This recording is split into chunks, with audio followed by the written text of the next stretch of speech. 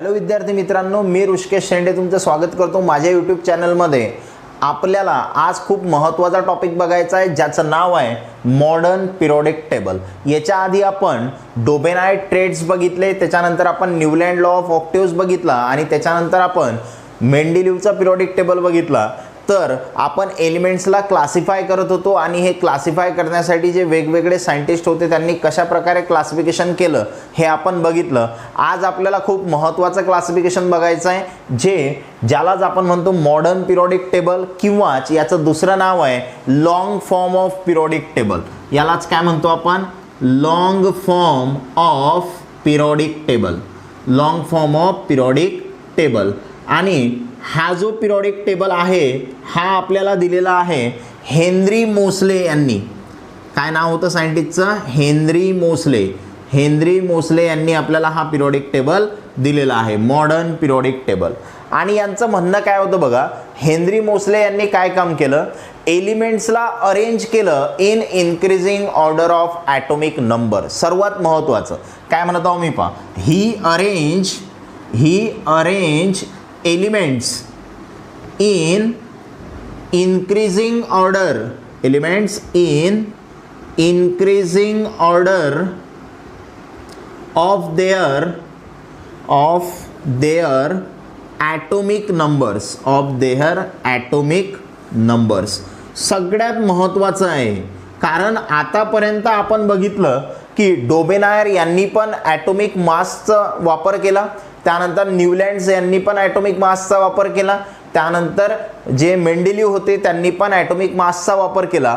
हे जे सायंटिस्ट आहेत हेनरी मोसले यांनी कशाचा वापर केला? ॲटॉमिक नंबरचा वापर केला, हे सर्वात महत्त्वाचं। आणि काय केलं त्यांनी? एलिमेंट्सला अरेंज केलं कशा पद्धतीनं? Increasing order of atomic number, म्हणजे ॲटॉमिक नंबरचा चढता क्रम, बरोबर। आणि त्यांचं म्हणणं काय होतं? त्यांचं म्हणणं होतं atomic number is the fundamental quantity किंवा fundamental quantity to classify elements, सर्वात महत्त्वाचं आहे। एलिमेंट्सला जर क्लासिफाय करायचं असेल तर ॲटॉमिक नंबर हे सर्वात बेसिक प्रॉपर्टी आहे किंवा फंडामेंटल क्वांटिटी आहे किंवा फंडामेंटल प्रॉपर्टी आहे असं म्हटलं तरी चालेल। फंडामेंटल प्रॉपर्टी आहे, सर्वात बेसिक आहे, सर्वात महत्त्वाचं। एलिमेंटला क्लासिफाय करण्यासाठी सर्वात महत्त्वाचं काय आहे? ॲटॉमिक नंबर आहे, असं हेनरी मोसले यांचं म्हणणं होतं, बरोबर। मग त्यांनी या एलिमेंट्सला काय केलं? त्यांच्या ॲटॉमिक नंबरच्या इन्क्रीजिंग ऑर्डरमध्ये काय केलं? अरेंज केलं। आता सर्वात महत्त्वाचं, मेंडेलीव पिरियोडिक टेबलचे जे काही ड्रॉबॅक्स होते ना, म्हणजे डिमेरिट्स होते, ते ओव्हरकम केले हेनरी मोसले यांच्या मॉडर्न पिरियोडिक टेबलने। काय सांगितलं बघा, मॉडर्न पिरियोडिक टेबल हा असा टेबल आहे जो कशावरती बनवलेला आहे? ॲटॉमिक नंबरवरती बनवलेला आहे। जो मेंडेलीवचा पिरियोडिक टेबल होता तो ॲटॉमिक मास नंबरवरती होता, बरोबर।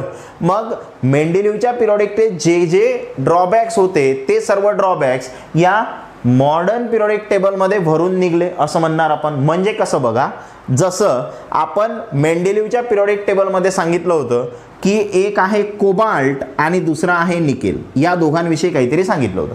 काय सांगितलं होतं? तर याचं ॲटॉमिक मास 59 आहे, याचं ॲटॉमिक मास 59 आहे, बरोबर। मग या दोघांना पोझिशन कोणती द्यायची? कोबाल्ट आधी ठेवायचा की निकेल आधी ठेवायचा? याच्यामध्ये प्रॉब्लेम होता। हा प्रॉब्लेम कोणाच्या याच्यामध्ये होता? हा होता मेंडेलीवच्या पिरियोडिक टेबलमध्ये। कशामध्ये? मेंडेलीव्ज पिरियोडिक टेबल याच्यामध्ये हा प्रॉब्लेम होता, बरोबर। मग तो प्रॉब्लेम मॉडर्न पिरियोडिक टेबलमध्ये दूर झाला। कशा पद्धतीनं बघा, तर कोबाल्टचा ॲटॉमिक नंबर आहे 27 आणि निकेलचा ॲटॉमिक नंबर हा आहे 28, बरोबर। हा जो वरती आहे याला म्हणतो आपण ॲटॉमिक मास नंबर, याला म्हणतो आपण ॲटॉमिक मास नंबर। आणि हा जो खाली दिसत आहे तुम्हाला याला म्हणतो आपण ॲटॉमिक नंबर, बरोबर। तर मेंडेलीव पिरियोडिक टेबलमध्ये कशाचा वापर केला होता? ॲटॉमिक मास नंबरचा। त्याच्यामुळे प्रॉब्लेम होता कारण दोघांचं होल नंबर ॲटॉमिक मास काय होतं? सेम होतं, 59. मग कोण आधी ठेवायचा कोण नंतर ठेवायचा याच्यामध्ये प्रॉब्लेम होता। पण असं मॉडर्न पिरियोडिक टेबलमध्ये झालं नाही का? कारण बघा जर तुम्ही मॉडर्न पिरियोडिक टेबल बघितला तर मॉडर्न पिरियोडिक टेबलमध्ये तुम्हाला काय दिसते, तर मॉडर्न पिरियोडिक टेबलमध्ये एलिमेंट्सला ॲटोमिक नंबरनुसार अरेंज केलेला आहे आणि ॲटोमिक नंबरनुसार आहे. तर कोबाल्टचा ॲटोमिक नंबर किती आहे 27, निकेलचा किती आहे 28. मग इन्क्रीजिंग ऑर्डर आहे, म्हणजे पहिले कोण ठेवायचा, फर्स्ट कोण ठेवायचं कोबाल्ट आणि सेकंड नंतर कोण ठेवणार आपण, तर निकेल ठेवणार. बरोबर, म्हणजे कोबाल्टच्या नंतर निकेल असं मॉडर्न पिरियोडिक टेबलनं प्रूव्ह केलं. बरोबर, का, कारण कोबाल्टचा ॲटोमिक नंबर 27 आहे आणि निकेलचा ॲटोमिक नंबर किती आहे 28. म्हणजे हा जो प्रॉब्लेम होता जो मेंडेलिव्हच्या पिरियोडिक टेबलमध्ये होता तो मॉडर्न पिरियोडिक टेबलमध्ये सॉल्व्ह झाला. स्क्रीनशॉट काढून घ्या. मग जसा हा प्रॉब्लेम होता अजून पण काही प्रॉब्लेम होते मेंडेलिव्हच्या पिरियोडिक टेबलमध्ये. ते दुसरे प्रॉब्लेम कोणते होते ते सांगतो. जसं आणखी तिथं एक प्रॉब्लेम होता क्लोरीन विषयी. बरोबर, काय प्रॉब्लेम होता, तर क्लोरीनचे दोन आयसोटोप्स आहेत. एक आहे Cl, बरोबर Cl आहे, एक होता Cl35 आणि दुसरा जो होता एक होता Cl37. बरोबर, मग जर याचे काय सांगितलं बघा, मेंडेलिव्ह पिरियोडिक टेबल हा कशानुसार अरेंज केलेला आहे, ॲटोमिक मासनुसार. हे जे वरती लिहिलेलं आहे याला काय म्हटलं आपण, ॲटोमिक मास नंबर. काय म्हणतो याला, ॲटोमिक मास नंबर. बरोबर, म्हणजे मेंडेलिव्हच्या पिरियोडिक टेबलमध्ये या दोघांना दोन वेगवेगळ्या पोझिशन पाहिजे होत्या इन्क्रीजिंग ऑर्डरमध्ये. पहिले हा पाहिजे होता, नंतर हा पाहिजे होता, पण मेंडेलिव्हनं तसं केलं नाही. मेंडेलिव्ह यांनी काय केलं, या दोघांना एकच पोझिशन दिली. आणि का दिली होती, कारण यांच्या केमिकल प्रॉपर्टीज सारख्या होत्या. बरोबर, यांच्या केमिकल प्रॉपर्टीज सारख्या होत्या म्हणून एकच पोझिशन दिली होती. मग हे दोन काय आहेत, तर यांना आपण आयसोटोप्स म्हणतो. कोणाचे आयसोटोप्स आहेत, ते क्लोरीनचे आयसोटोप्स आहेत. बरोबर, पण जेव्हा तुम्ही मॉडर्न पिरियोडिक टेबल बघितला तर क्लोरीनचा ॲटोमिक नंबर 17, क्लोरीनचा ॲटोमिक नंबर 17, हा 35, हा 37. बरोबर, ॲटोमिक नंबर सेम आहे. मग ॲटोमिक नंबर जर सेम आहे तर याला एकच पोझिशन लागेल. बरोबर, म्हणजे मॉडर्न पिरियोडिक टेबल सांगते की क्लोरीनला एकच पोझिशन आणि मेंडेलिव्ह पिरियोडिक टेबल काय सांगते, क्लोरीनच्या दोन पोझिशन. बरोबर, मग हा जो ड्रॉबॅक होता मेंडेलिव्ह पिरियोडिक टेबलचा हा मॉडर्न पिरियोडिक टेबलमध्ये सॉल्व्ह झाला. का सॉल्व्ह झाला, कारण मॉडर्न पिरियोडिक टेबल हा ॲटोमिक नंबरनुसार आहे आणि क्लोरीनचा ॲटोमिक नंबर 17 आहे, म्हणजे सेम आहे. याचा पण 17 आहे, याचा पण 17 आहे, म्हणजे याला एकच पोझिशन पाहिजे. म्हणजे आयसोटोप्स जे आहेत, आयसोटोप्सला मेंडेलिव्ह पिरियोडिक टेबल काय म्हणते की एकापेक्षा जास्त पोझिशन लागतील, पण मॉडर्न पिरियोडिक टेबल काय सांगते, एकच पोझिशन लागेल. बरोबर, जसं आपण हे क्लोरीन विषयी बोललो, सेम आपण कोणाविषयी बोलू शकतो, हायड्रोजन विषयी बोलू शकतो. हे जे सांगत आहोत आपण, हे सर्वचे सर्व काय आहेत, यांना काय म्हणतो आपण, आयसोटोप्स म्हणतो. काय म्हणतो यांना, आयसोटोप्स. का, कारण यांचा ॲटोमिक नंबर सेम आहे आणि ॲटोमिक मास नंबर काय आहे, डिफरंट आहे. अजून आपण एक दुसरं एक्झाम्पल घेऊ, त्याच्या आधी स्क्रीनशॉट काढा. बघा, दुसरं एक्झाम्पल कोणतं घेऊ आपण, आयसोटोप्सच घेऊ. तर आयसोटोपचं एक्झाम्पल आहे आपल्याजवळ हायड्रोजनचं. एक आहे हायड्रोजन 1,1, एक आहे हायड्रोजन 1,2 आणि एक आहे हायड्रोजन 1,3. त्यानंतर परत इकडे लिहितो हायड्रोजन 1,1, हायड्रोजन 1,2, हायड्रोजन 1,3. बघा, आता जर तुम्ही मेंडेलिव्ह पिरियोडिक टेबल जर कन्सिडर केला तर हा ॲटोमिक मास नंबरनुसार आहे. म्हणजे याचा ॲटोमिक मास नंबर 1, याचा 2, याचा 3, म्हणजे याला 3 वेगवेगळ्या पोझिशन पाहिजेत. कोणत्या टेबलमध्ये, मेंडेलिव्हच्या पिरियोडिक टेबलमध्ये. पण मॉडर्न पिरियोडिक टेबल हा ॲटोमिक नंबरनुसार आहे. खाली जो असते तो ॲटोमिक नंबर आहे. तिघांचा पण ॲटोमिक नंबर काय आहे, सेम आहे. ॲटोमिक नंबर सेम आहे म्हणजे याला एकच पोझिशन आहे. बरोबर, म्हणजे आयसोटोप्सच्या पोझिशनचा जो प्रॉब्लेम होता मेंडेलिव्ह पिरियोडिक टेबलमध्ये तो मॉडर्न पिरियोडिक टेबलमध्ये रिझॉल्व्ह झाला. का रिझॉल्व्ह झाला, कारण मॉडर्न पिरियोडिक टेबल हा ॲटोमिक नंबरनुसार आहे आणि जो मेंडेलिव्ह पिरियोडिक टेबल होता तो ॲटोमिक मास नंबरनुसार होता. तर हे पण एक जे काही ड्रॉबॅक होता मेंडेलिव्ह पिरियोडिक टेबलचा तो ओव्हरकम झाला. कशामध्ये, मॉडर्न पिरियोडिक टेबलमध्ये. स्क्रीनशॉट काढून घ्या. म्हणजे हा एक प्रॉब्लेम होता, तो पण आपण सॉल्व्ह केला. त्याच्यानंतर आणखी जर तुम्ही बघितलं, आणखी काय सांगू शकतो आपण, आयसोटोप्स विषयी सांगितलं आपण. त्यानंतर आणखी एक कशाविषयी सांगितलं, कोबाल्ट आणि निकेलच्या पोझिशन विषयी सांगितलं. बरोबर, आणखी एक महत्त्वाचं आहे. आणि या दोन्ही पिरियोडिक टेबलमध्ये जे एक गोष्ट रिझॉल्व्ह झाली नाही त्याचं नाव आहे हायड्रोजन. बरोबर, म्हणजे हायड्रोजन जो आहे त्याच्या पोझिशनचा प्रॉब्लेम, पोझिशन ऑफ हायड्रोजन. तर पोझिशन ऑफ हायड्रोजनचा प्रॉब्लेम या दोन्ही पिरियोडिक टेबलमध्ये सॉल्व्ह झालेला नाही आहे. का सॉल्व्ह झालेला नाही आहे, कारण हायड्रोजन जो आहे हा हायड्रोजन दोघांसारख्या प्रॉपर्टी दाखवते. म्हणजे हा हायड्रोजन हॅलोजन्स सारख्या पण प्रॉपर्टी दाखवते. त्यानंतर हा हायड्रोजन अल्कली मेटल सारख्या पण प्रॉपर्टी दाखवते, अल्कली मेटल्स, बरोबर. मग आता हे हॅलोजन्स जे आहेत, जसं for example fluorine, chlorine, bromine, iodine, यांना काय म्हणतो आपण? हॅलोजन्स. अल्कली मेटल्समध्ये लिथियम आहे, सोडियम आहे, पोटॅशियम आहे, बरोबर. म्हणजे हा हायड्रोजन यांच्यासारख्या पण प्रॉपर्टी दाखवते, यांच्यासारख्या पण प्रॉपर्टी दाखवते. मग हायड्रोजनला यांच्यासोबत ठेवायचं की हायड्रोजनला यांच्यासोबत ठेवायचं, हा प्रॉब्लेम मेंडेलिव्ह पिरियडिक टेबलमध्ये होता आणि तो प्रॉब्लेम मॉडर्न पिरियडिक टेबलमध्ये पण आहे. म्हणजे हायड्रोजनच्या पोझिशनचा जो प्रॉब्लेम आहे तो प्रॉब्लेम या दोन्ही पिरियडिक टेबलमध्ये सॉल्व्ह झालेला नाही आहे. का झालेला नाही आहे? कारण हायड्रोजन हॅलोजन सारख्या पण प्रॉपर्टी दाखवते, अल्कली मेटल सारख्या पण दाखवते. बघा आता हा जो हॅलोजन आहे, हॅलोजन म्हणजे fluorine, chlorine, bromine, iodine. Alkali metal म्हणजे लिथियम, सोडियम, पोटॅशियम आणखी पण आहेत समोर, बरोबर. तर या दोघांसारख्या पण प्रॉपर्टी दाखवते. त्यामुळे याच्यासोबत ठेवायचं की यांच्यासोबत ठेवायचं हायड्रोजनला, तो प्रॉब्लेम मॉडर्न पिरियडिक टेबलमध्ये पण सॉल्व्ह झालेला नाही आहे. म्हणजे हे ॲम्बिग्विटी आहे रिगार्डिंग हायड्रोजन असं म्हणतो आपण. स्क्रीनशॉट काढून घ्या. मग आता आपण काय सांगितलं, जो मॉडर्न पिरियडिक टेबल आहे त्यालाच आपण लॉंग फॉर्म म्हणतो पिरियडिक टेबलचा, जो आपल्याला हेनरी मोसले यांनी सांगितला. त्यानंतर त्यांनी एलिमेंट्सला अरेंज केलं increasing order of atomic number. त्याच्यानंतर ॲटॉमिक नंबर हे फंडामेंटल प्रॉपर्टी आहे कशासाठी? एलिमेंट्सला क्लासिफाय करण्यासाठी, असं पण हेनरी मोसले यांनी सांगितलं. आणि याच्यानंतर आपल्याला पुढचा पार्ट बघायचा आहे की हे जे मॉडर्न पिरियडिक टेबल आहे याच्यासाठी हेनरी मोसले यांनी मॉडर्न पिरियडिक लॉ सांगितला होता. काय बघायचं आपल्याला? Modern periodic law. स्टेटमेंट महत्त्वाचं आहे, modern periodic law, modern periodic law. बघा आता हा मॉडर्न पिरियडिक लॉ काय सांगते आपल्याला? तर modern periodic law states that, statement आहे याचं, modern periodic law states that काय स्टेट आहे याचं स्टेटमेंट काय? States that physical properties, physical किंवा प्रॉपर्टीज म्हणा, फिजिकल नाही काय म्हणा, प्रॉपर्टीज म्हणा, ज्या दोन्ही असू शकतील, फिजिकल किंवा फक्त प्रॉपर्टी म्हणा. States that properties of elements are periodic function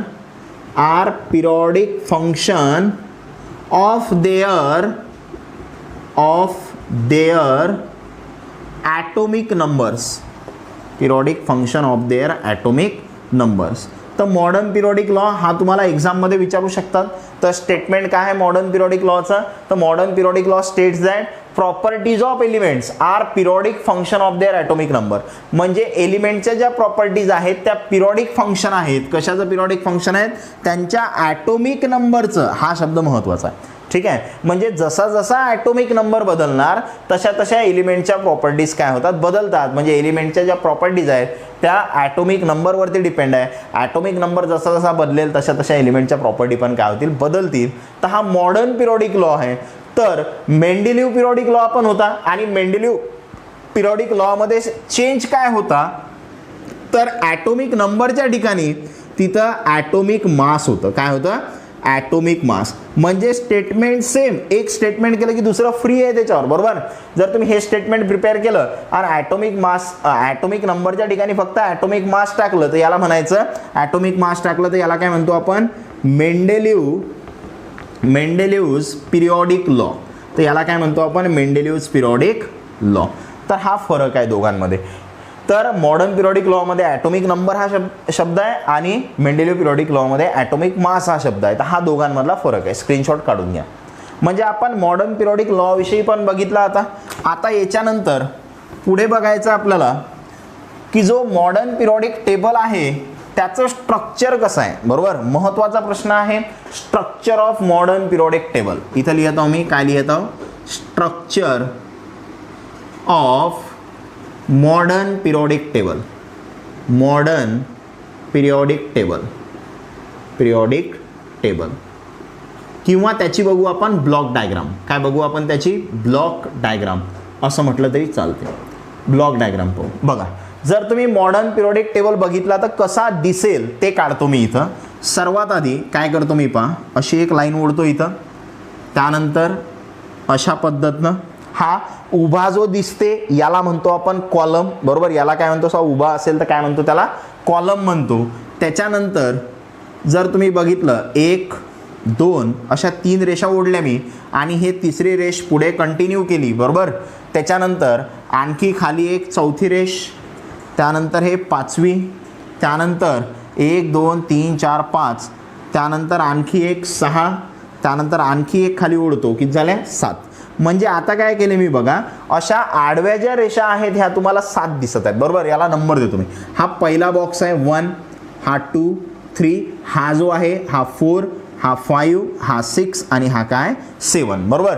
तर हे हॉरिझॉन्टल जे दिसत आहे, आडवं म्हणजे काय हॉरिझॉन्टल, तर हॉरिझॉन्टल जे असतात त्यांना आपण रो म्हणतो. काय म्हणतो, रो. आणि जे उभे दिसत आहेत म्हणजे व्हर्टिकल दिसत आहेत त्यांना काय म्हणतो आपण, कॉलम. मग त्याच्यानंतर आणखी काय करायचं आहे तुम्हाला बघा, आणखी मी इथून असा वरती नेतो याला, नंतर याच्या साईडनं इथं वरती घेतो असं, आणि इकडून इथं वरती आणि अशा पद्धतीने, तर हे आणतो परत खाली. तर काय केलं मी बघा, असा बॉक्स तयार केला आणि हा बॉक्स तुम्हाला तयार करायचा आहे. तर असे 3 बॉक्स तयार झाले. आता बघा, हा पहिला बॉक्स जो आहे, आणखी याच्यामध्ये तुम्ही हे करू शकता, हे आणखी घेतो मी अशा पद्धतीनं, याला घेतो इथं खाली, त्यानंतर हा इकडे समोर जॉईन करतो. मग हे लाईन जे आपण समोर आणली, सेम इथून हे लाईन अशी समोर नेतो मी, हे लाईन इकडे समोर नेतो, बरोबर. हे लाईन इकडे समोर नेतो. प्रत्येक लाईन काय करत आहो मी इथं एक्सटेंड करत आहो. अशा पद्धतीने ह्या लाईन एक्सटेंड केल्या.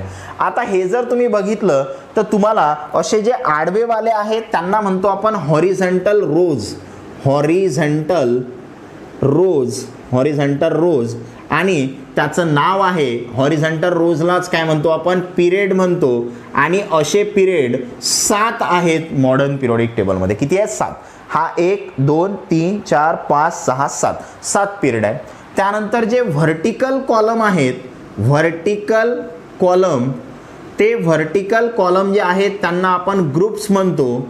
आणि जे ग्रुप्स आहेत ते आहेत 18. किती ग्रुप्स आहेत, 18 ग्रुप्स आहेत. कसे बघा, याला देणार मी पहिला नंबर, याला देणार दुसरा. व्हर्टिकल म्हणजे उभा, हा उभा पहिला, हा उभा दुसरा. त्यानंतर आणखी जर इथं काढले मी तर 3 4 5 6 7 8 9 10 11 आणि 12, बरोबर. तर हे 2 झाले. नंतर 3 4 5 6 7 8 9 10 11 12 इथपर्यंत आलो आपण, 12 पर्यंत, बरोबर. हे 12 व्हर्टिकल कॉलम झाले. नंतर अजून जर तुम्ही समोर गेले तर इथं काय येणार आता, 13, नंतर हा 14, नंतर हा 15, त्यानंतर 16 17 आणि 18, बघा 12 झाले. नंतर हा आहे 13 14 15 16 17 18. म्हणजे जे व्हर्टिकल कॉलम दिसत आहेत तुम्हाला असे उभेवाले, ते उभे किती आहेत, 18 आहेत. त्यांना आपण ग्रुप्स म्हणतो. म्हणजे modern periodic table consist of 7 horizontal rows called as period. दुसरं statement, and 18 vertical columns called as groups, बरोबर. तर ह्या 2 गोष्टी आपण इथं सांगितल्या की मॉडर्न पिरियोडिक टेबलमध्ये 7 आडवे रो असतात त्यांना आपण पिरियड म्हणतो, आणि 18 उभे कॉलम असतात त्यांना आपण काय म्हणतो, ग्रुप्स म्हणतो. हे महत्त्वाचं. त्याच्यासोबतच आणखी जर सांगायचं असेल तुम्हाला तर modern periodic table consist of 4 blocks. Modern periodic टेबलमध्ये 4 ब्लॉक असतात, ज्याच्यामध्ये बघा हा जो पहिला आहे इथून तर इथपर्यंत याला म्हणतो आपण एस ब्लॉक. काय म्हणतो याला, एस ब्लॉक. नंतर हा जो मध्ये दिसत आहे हा मधला, तर या मधल्या ब्लॉकला म्हणतो आपण, हा इथपर्यंत ग्रुप 12 पर्यंत, ग्रुप 3 पासून ग्रुप 12 पर्यंत याला म्हणतो आपण डी ब्लॉक. त्यानंतर हा जो शेवटचा दिसत आहे ग्रुप 13 पासून ग्रुप 18 पर्यंत याला म्हणतात पी ब्लॉक. याला काय म्हणतात, पी ब्लॉक. म्हणजे आता 3 ब्लॉक दिसत आहेत तुम्हाला. ग्रुप 1 आणि 2 मिळून बनला एस ब्लॉक. ग्रुप 3 पासून तर ग्रुप 12 पर्यंत बनला डी ब्लॉक. त्यानंतर ग्रुप 13 पासून तर ग्रुप 18 पर्यंत बनला पी ब्लॉक. अजून एक ब्लॉक आहे which is place separately at the bottom of periodic table. हा पिरियोडिक टेबल आहे मॉडर्न पिरियोडिक टेबल. याच्या बॉटमला आणखी एक ब्लॉक ठेवलेला असते, तो काढतो मी इथं. याच्या बॉटममध्ये आणखी एक ब्लॉक आहे अशा पद्धतीनं.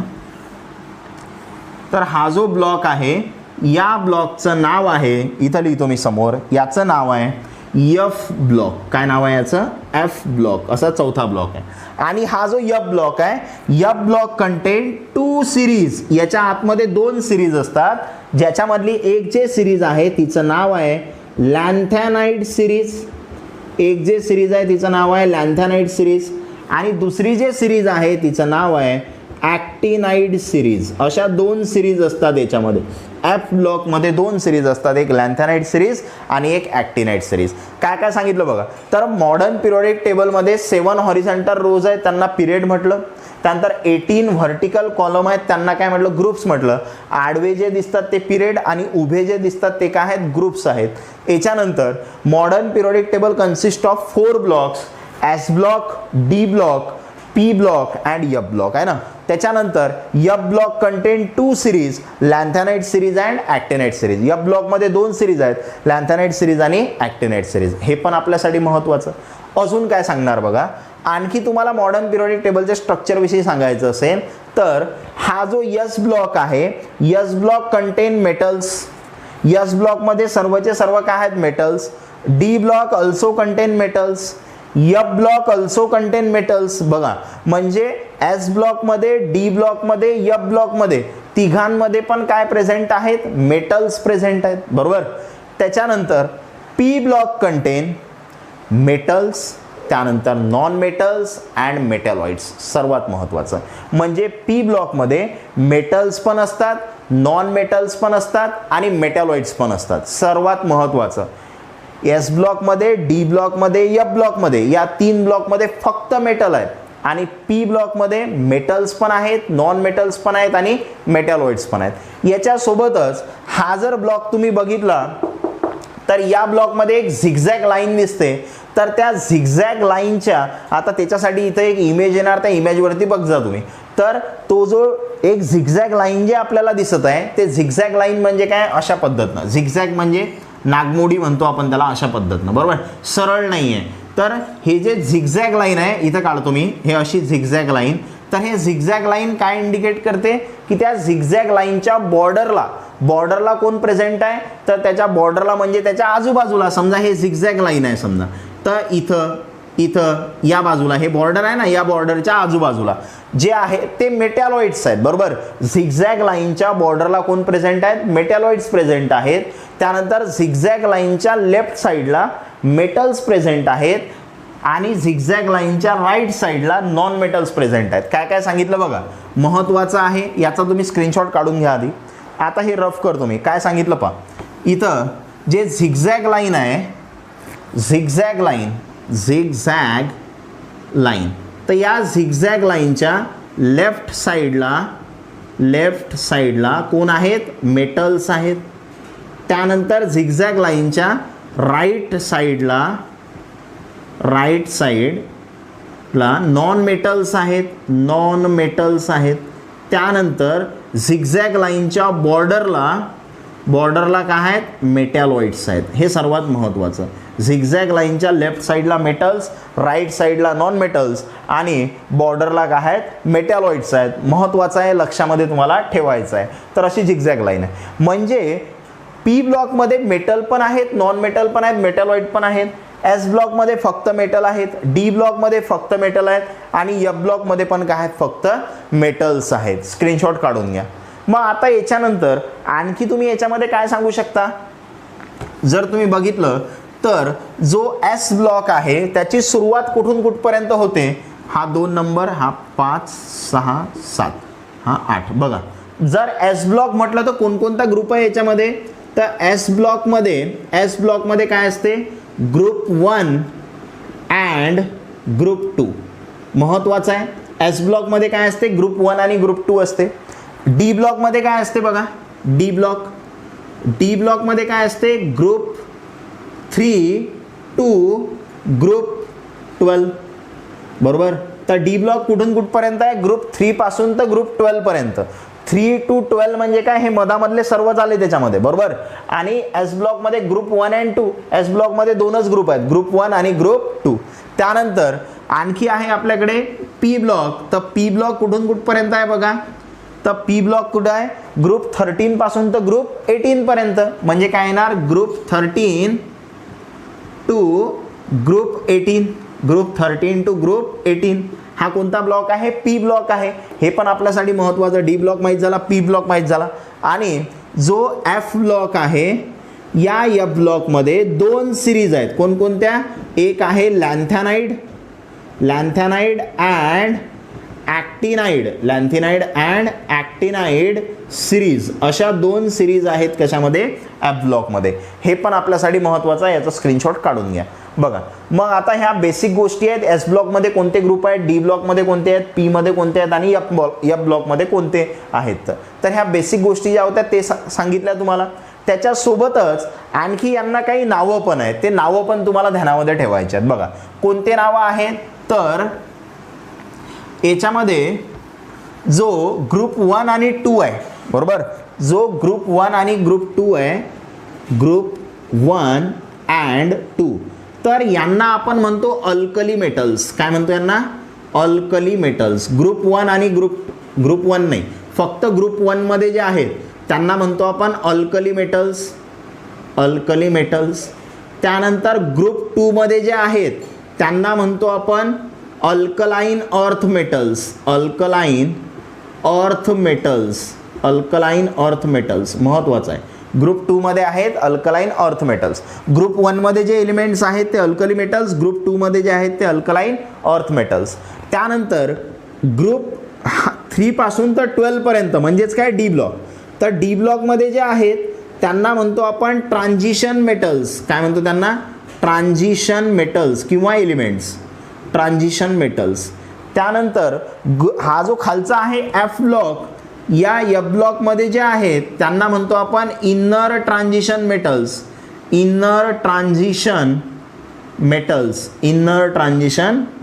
हे एफ ब्लॉकमध्ये आहेत. महत्त्वाचं आहे कोणत्या ब्लॉकला काय नाव दिलं, तर डी ब्लॉकला ट्रान्झिशन मेटल्स, एफ ब्लॉकला इनर ट्रान्झिशन मेटल्स. स्क्रीनशॉट काढून घ्यायचा. नंतर आणखी तुम्ही काय सांगू शकता, तर इकडे जर बघितलं तुम्ही तर ग्रुप 17 जो आहे, ग्रुप 17 तर याच्यामध्ये असतात हॅलोजन्स. ग्रुप 17 मध्ये काय असतात, हॅलोजन्स असतात, बरोबर. त्यानंतर जर तुम्ही ग्रुप 18 बघितला तर या ग्रुप 18ला दुसरं नाव आहे झिरो ग्रुप. काय म्हणतात त्याला, झिरो ग्रुप. ग्रुप 18चं दुसरं नाव काय आहे, झिरो ग्रुप आहे. महत्त्वाचं आहे, ग्रुप 18लाच आपण झिरो ग्रुप म्हणतो. आणि याच्यामध्ये इनर्ट गॅसेस किंवा नोबल गॅसेस असतात. याच्यामध्ये काय असतात, इनर्ट गॅसेस किंवा नोबल गॅसेस, बरोबर. इनर्ट गॅसेस किंवा नोबल गॅसेस जर म्हटलं तर तुम्हाला ग्रुप 18 आठवला पाहिजे, म्हणजेच झिरो ग्रुप. आणि जर हॅलोजन्स म्हटलं तर ग्रुप 17 आठवला पाहिजे. हे पण महत्त्वाचं आहे, हे पण लिहून घ्या.